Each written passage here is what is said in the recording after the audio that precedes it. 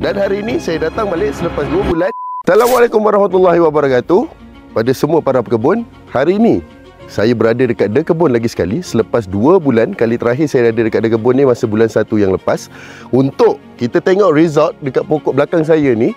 Kalau kita recap balik video yang lepas,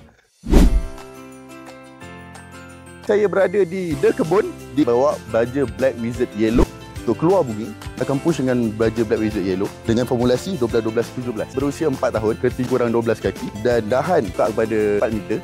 Sebanyak 2 kilo untuk 2 bulan sekali. Kalau baja NPK, kebiasaannya kita ambil 1/2 daripada dahan pokok. Takkan tabur ikut kanopi pokok. Kita nak menggunakan Black Wizard Yellow ni untuk kita push pokok ni supaya dia berbunga dan berbuah. Dan hari ini saya datang balik selepas 2 bulan. Kita nak tengok result keadaan pokok dekat belakang saya ni selepas ditabur dengan Black Wizard Yellow dan apakah kejadiannya hari ni.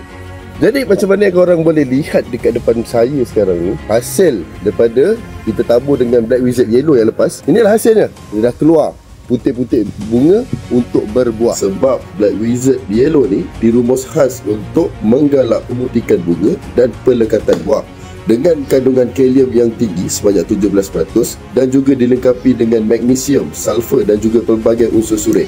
Jadi baja Black Wizard Yellow ini sangat sesuai untuk digunakan untuk pokok yang matang dan juga bersedia untuk berbuah.